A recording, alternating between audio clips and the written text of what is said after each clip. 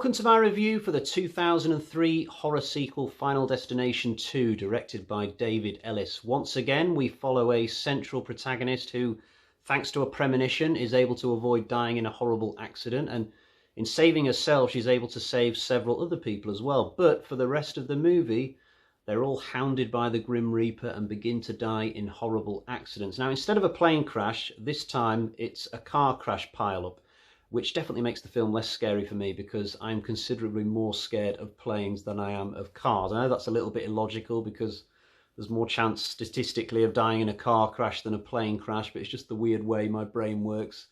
It does feel like a lot of the budget for this film went on the opening sequence on the motorway. There's explosions and cars flipping over and motorbikes flying 100 yards through the air and people getting set on fire, but it is a very entertaining, if horrific, sequence. I did spot a couple of discrepancies, though, quite large ones actually.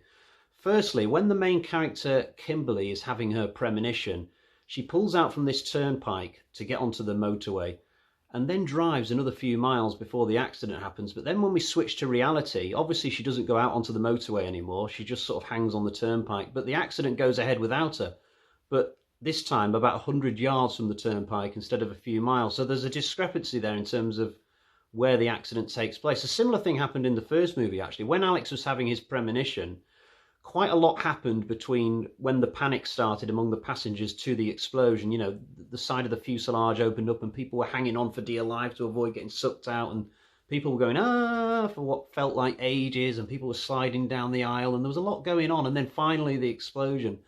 But then when we cut to reality and watched the plane blowing up from the ground, the plane was just flying and then went boof in like 1 second. So I actually intended on mentioning this in my review for Final Destination 1 and I completely forgot. But given that this has happened 2 films running now, I wonder if it's the filmmaker's intention to kind of show that maybe in premonitions or daydreams, nightmare scenarios get more dragged out, whereas in reality they just happen really quickly, boom, you're dead kind of thing. So I don't know, it'll certainly be interesting to see if this is something that happens again in Final Destination 3, 4 and 5. I have seen those films a long time ago, but I can't remember if this was a thing. The other error I noticed is that when Kimberly turns her car around to block everyone behind her from going onto the motorway, so she's trying to save other people, she clearly parks on the last little bit of turnpike before the freeway and cars keep whistling past her. But then a few minutes later, she gets out of the car to talk to a policeman, and then this big giant truck comes hurtling along, smashes into her car, kills her 3 friends. But why would the truck hit the car when the car's on the turnpike?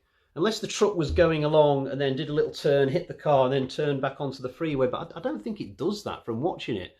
So the only other thing I can think of is that when she gets out of the car, her car magically just moves over to the freeway. It doesn't make any sense whatsoever. There are also a couple of other oddities in the story further on, and I'm going into spoiler territory now. 3, 2, 1. So the big reveal about halfway through this film, or thereabouts, is that when the Grim Reaper was going around killing all those people in Final Destination 1, that caused a ripple effect, which meant a whole bunch of other people who were supposed to die didn't die. So now he's got more work to do. In effect, he's been plugging holes in one side of a boat, but other holes have been springing up elsewhere. But instead of just kill this new group individually, he somehow mentally wills them all to go and show up at this turnpike on the same day at the same time so they can all die in one big accident.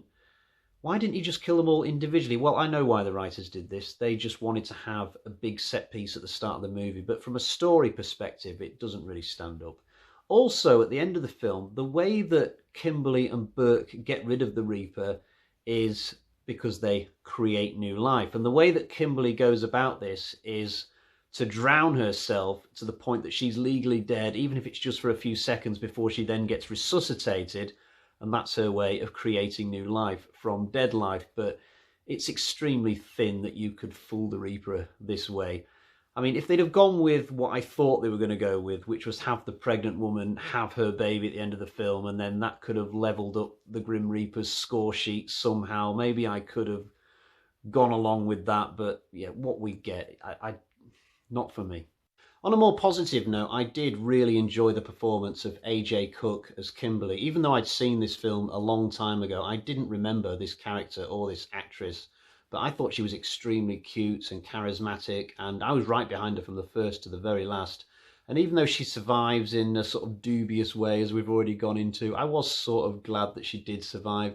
It's no mean feat to survive a Final Destination film, given what we know of all the other character fates from the series. After the film, I went on Wikipedia to see what other stuff AJ Cook has done, and I did sort of fear the worst, given the fact that I've never really heard of her before, and 17 years have passed since Final Destination 2, but what I discovered is that not long after she did this film, she joined the cast of Criminal Minds as a main character and basically played that same character for 15 years. That show has only just wrapped up for good this year in 2020, so she did well for herself. And I know a lot of actors like to talk the talk about how they don't want to get typecast, they want to keep trying new things, but I bet deep down there are thousands of actors out there who would snap your hand off to take a role that would keep them going for 15 years so they don't have to grind for other roles in films and stuff. None of the other actors or characters in the film did anything for me, though. There's a guy who looks a bit like Samuel L. Jackson, who's quite funny in a few scenes, but he's also quite whiny in other scenes. Claire Rivers is back, or Clear Rivers. I'm still not sure how you pronounce it. I think it sounds like Claire, but I don't know if that's just the American accent tricking me into thinking they're saying Claire when they're actually saying Clear. I mean, I don't care either way. I didn't enjoy this character the first time around, and she's even worse this time. She's just really bland. It's not Ali Larter's fault. She's great as the Resident Evil Claire, but I just don't think this character is very well written. She's just extremely dull. Tony Todd is back, but I don't think he's as good this time around. In the first film, he sort of walks out of the shadows and he's got all this great dialogue and he says it all with a little glint in his eye, but this time it's like his character just can't be bothered to have company, and I don't think his dialogue is as sharp. I'd love to get Tony Todd's honest opinion as to what he thinks of his dialogue in Final Destination 2. But I imagine every time he's asked about his roles, he just says that he enjoyed them all, blah, blah, blah, like most actors do. I'd say the kills are unquestionably the only area of this sequel which is better than the first. I mean, there are only a couple of good kills in the first film, but it feels like there's been a big effort in this one to make every single death scene either really gruesome or really clever or both. There are lots of fake outs. I really like the kill where the lottery winner has to climb out of his window to escape the fire and then he gets impaled. It was a clever touch having those women leave answer phone messages for him saying they want to hook up even though they've not seen him in months. It would have been even funnier if he'd called one of them back and said, "Oh yeah, I'd love to hook up, that'd be great." I liked the kill as well where the kid has that plate glass thing land on him. That was a good bit of carnage candy. And right at the end, there's a kill where this kid gets blown up by a barbecue and his roasted arm lands on the table where Kimberly and Burke are sat. That was as good an ending as the ending from Final Destination 1 when Carter gets hit by that billboard. Not so good is the elevator kill because it just feels like a repeat of what we've already seen in Resident Evil 1, which came out 2 years before this. And the death of Claire and that other guy when they basically just blow up in the hospital room, I thought that was a bit lazy, killing off two characters in one, especially as it wasn't even a good kill anyway, taken on its own merits. But on the whole, the kills in Final Destination 2 definitely more entertaining than in the first film, and I still feel like there's more room to maneuver yet when it comes to the kills in 3, 4 and 5 potentially getting even better, although I can't remember many of those kills at this point. To sum up, it's an enjoyable experience. There's too many plot deficiencies for me to consider it anywhere near a great film, but a good thing to watch among a group of people. I would say that about all the Final Destination films, truth be told. But for a sequel, it's definitely not a downgrade. But for the final word, let's ask the Bag of Terror.